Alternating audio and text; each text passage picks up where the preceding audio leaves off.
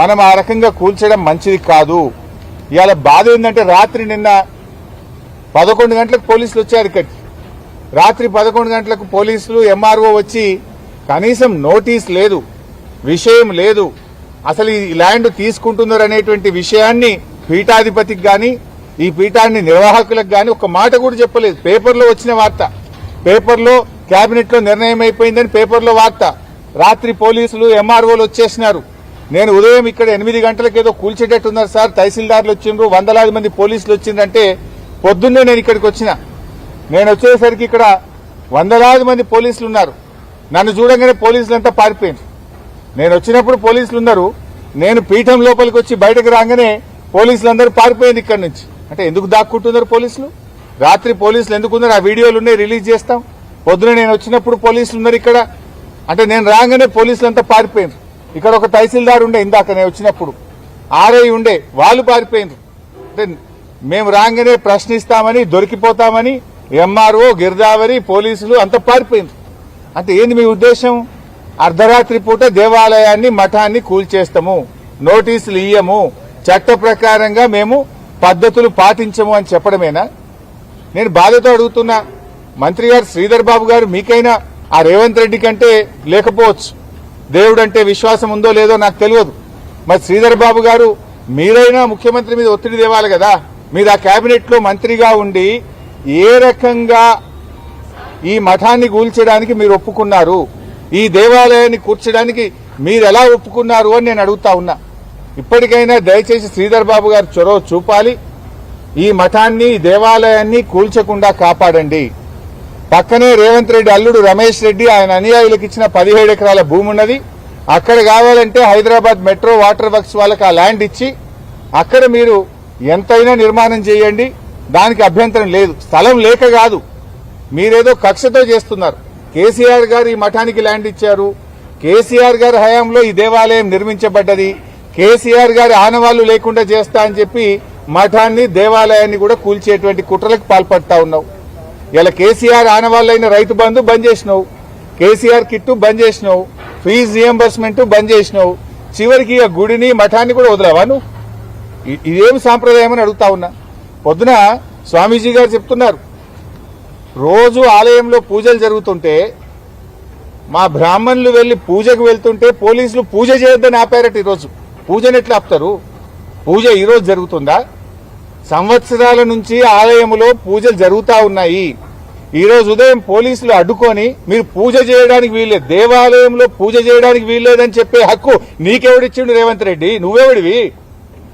దేవాలయంలో పూజలు ఆపేంత మూర్ఖుడి వారు రేవంత్ రెడ్డి. నువ్వు ఏ రకంగా నువ్వు పూజలు ఆపుతావు? ఈరోజు మళ్లీ పీఠాధిపతి గారు వచ్చి పోలీసులతో ఘర్షణకు దిగి పోలీసులతో వాగ్యుద్ధం జరిగిన తర్వాత అరగంట తర్వాత గాని పూజకు అలో చేయలేదు.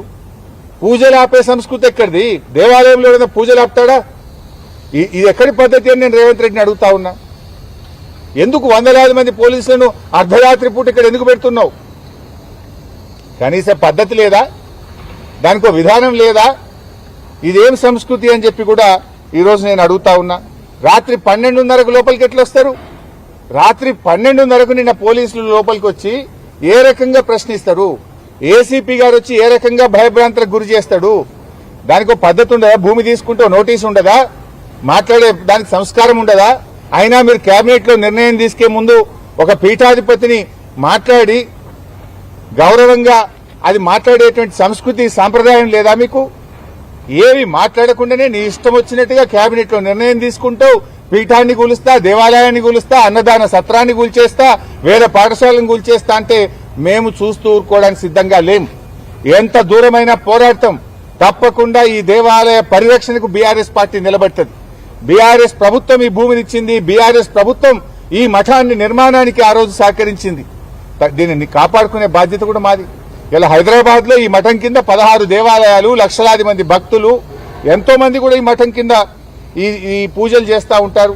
ఎంతో మంది భక్తులు ఉన్నారు. అయినా ఇదంతా నిర్మాణం జరిగిందంటే ఎంతో మంది భక్తులు 100 రూపాయలు, 1000 రూపాయలు ఎంతో మంది ఇస్తే ఈ దేవాలయము, ఈ మఠము నిర్మాణమైంది. ఇది వాళ్ళందరి యొక్క మనోభావాలు దెబ్బతింటాయి కదా. భక్తుల మనోభావాలను దెబ్బతీయడమే కదా దేవాలయం కూల్చడం అంటే. మఠాన్ని కూల్చడం అంటే భక్తుల మనోభావాల్ని కూల్చడమే కదా. లక్షలాది మంది భక్తులు ఈ మఠానికి ఉన్నారు కదా. అంటే ఏ మఠమైనా ఏ దేవాలయమైనా కూడా అది హిందూ ధర్మ పరిరక్షణ. నువ్వెట్లా కూలుస్తావు? నీకెవడు హక్కు ఇచ్చాడు? కేసీఆర్ గారేమో అద్భుతంగా యాదాద్రి దేవాలయాన్ని పునర్నిర్మించిండు. ఎన్నో దేవాలయాలు కేసీఆర్ గారు కట్టిండు. చివరికి రేవంత్ రెడ్డి గారు దేవాలయాల్ని కూల్చుతా ఉన్నాడు. ఇండ్లు కూల్చుడు అయిపోయింది, ఇక గుళ్ళు కూల్చడానికి బయలుదేరిండు. హైదరాబాద్ లో హైడ్రా పేరిట పేదల ఇండ్లు కూల్చినావు, నిన్న ఖమ్మంలో ఇల్లు కూల్చినావు, ఇప్పుడు ఇక హైదరాబాద్ నడిబొడ్డున దేవాలయాలు కూల్చడానికి పాల్పడుతున్నావా? ఇక ఇండ్లు అయిపోయినాయి, దేవాలయాల వంత వచ్చినాది నీ పాలనలో. ఇదేనా నువ్వు చేసేది? ఈ దేవాలయ శంకుస్థాపనలో న్యాయమూర్తులు, హైకోర్టు ఉన్నత న్యాయస్థాన న్యాయమూర్తులు కూడా ఈ దేవాలయ ప్రారంభోత్సవంలో పాల్గొన్నారు. మరి ఆ న్యాయమూర్తులే సాక్ష్యం దీనికి. ఇక్కడ నువ్వు గుళ్ళు లేదనో ఇంకేదో చేయడం కాదు. అన్ని పత్రికల్లో, టీవీల్లో వార్తలు వచ్చినాయి, పత్రికల్లో వార్తలు ప్రచురించబడ్డాయి. న్యాయమూర్తుల సమక్షంలో పీఠాధిపతి గారి చేతుల మీదుగా ఇక్కడ ప్రతిష్టా కార్యక్రమం జరిగింది. నిత్య పూజా కార్యక్రమాలు జరుగుతూ ఉన్నాయి. ఇంత దుర్మార్గమైనటువంటి విధానాన్ని మానుకోవాలని, నిజంగా వాటర్ వర్క్స్ కు ఆ ల్యాండ్ అవసరం ఉంటే పక్కన నీ అల్లుడి భూమి, నీవు అల్లుడికి అక్రమంగా కట్టబెట్టిన 17 ఎకరాల భూమి ఉంది, అక్కడ హెచ్ఎండబ్ల్యూఎస్ వాటర్ వర్క్స్ కట్టు. ఎందుకంటే ఇది 2019వ సంవత్సరంలో కేసీఆర్ గారు శారదా పీఠానికి 2 ఎకరాలు ఇచ్చారు. ఈ భూమి ఇచ్చి దాదాపు 7 సంవత్సరాలు దాటింది. ఈ 7 సంవత్సరాల్లో 1,05,00,000 పెట్టి రిజిస్ట్రేషన్, గవర్నమెంట్ కట్టి రిజిస్ట్రేషన్ చేసుకున్నారు. హెచ్ఎండిఏకి 23 లక్షల రూపాయలు కట్టి అనుమతులు తెచ్చుకున్నారు. విద్యుత్ కనెక్షన్ తీసుకున్నారు. నిర్మాణాలన్నీ పూర్తయిపోయినాయి. ఇన్ని జరిగిన తర్వాత నువ్వు ఈ మఠాన్ని కూలుస్తామంటే, చూడండి, నువ్వు ఈ మఠాన్ని కూలుస్తామంటే ఎంతవరకు సబబు, ఏ రకంగా సబబు అవుతుందని నేను అడుగుతా ఉన్నా. ఇంత మంచిగా అమ్మవారికి రోజు పూజా కార్యక్రమాలు జరుగుతున్నాయి, నిర్మాణం జరిగిపోయింది.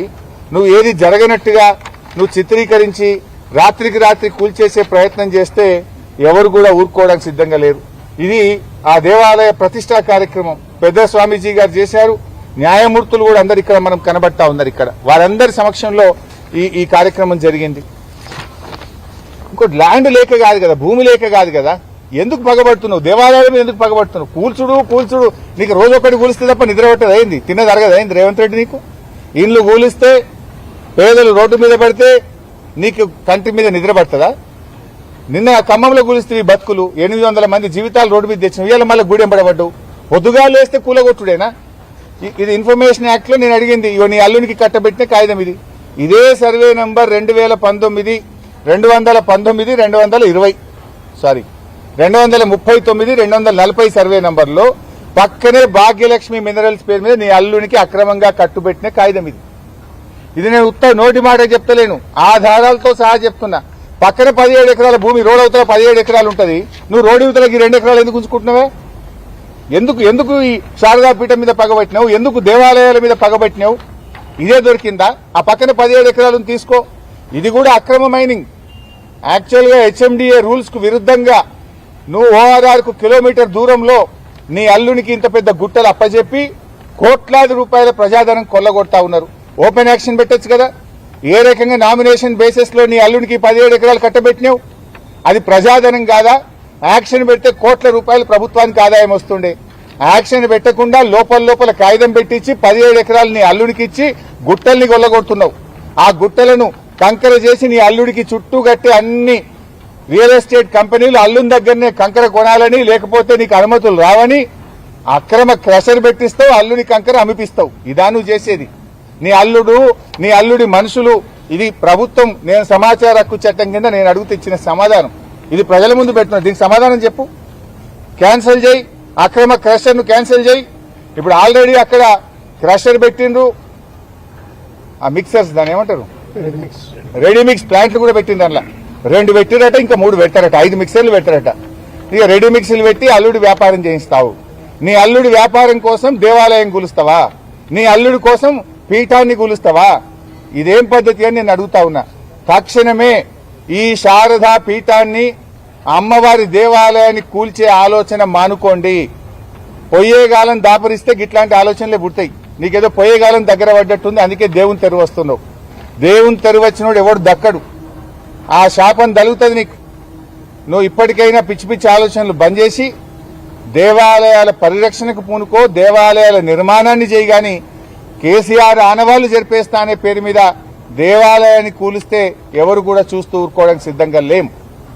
నీకు అంతా వాటర్ వర్క్స్ నిర్మాణమే చేయాలనుకుంటే పక్కన అల్లుడి భూమి ఉన్న తీసుకో, నీ అల్లునికి అక్రమంగా కట్టబెట్టిన భూమి తీసుకో, ఆడ హెచ్ఎండబ్ల్యూఎస్ వాటర్ వర్క్స్ నిర్మాణం చేయాలని చెప్పి కోరుతూ ఈ ఆలోచన విరమించుకోవాలని, మరి శ్రీధర్ బాబు గారు చొరవ చూపాలని నేను ఆయన ప్రత్యేకంగా డిమాండ్ చేస్తా ఉన్నా. లేదంటే పెద్ద ఎత్తున భక్తులందరం కలిసి మరి ఈ ప్రభుత్వానికి వ్యతిరేకంగా మరి కార్యక్రమాలు చేపట్టవలసి వస్తుంది. అంత దూరం పోకుండా ఈ పిచ్చి ఆలోచనలు, దేవాలయాలు కూల్చాలనే ఆలోచనను తక్షణమే విరమించుకోవాలని చెప్పి డిమాండ్ చేస్తుంది.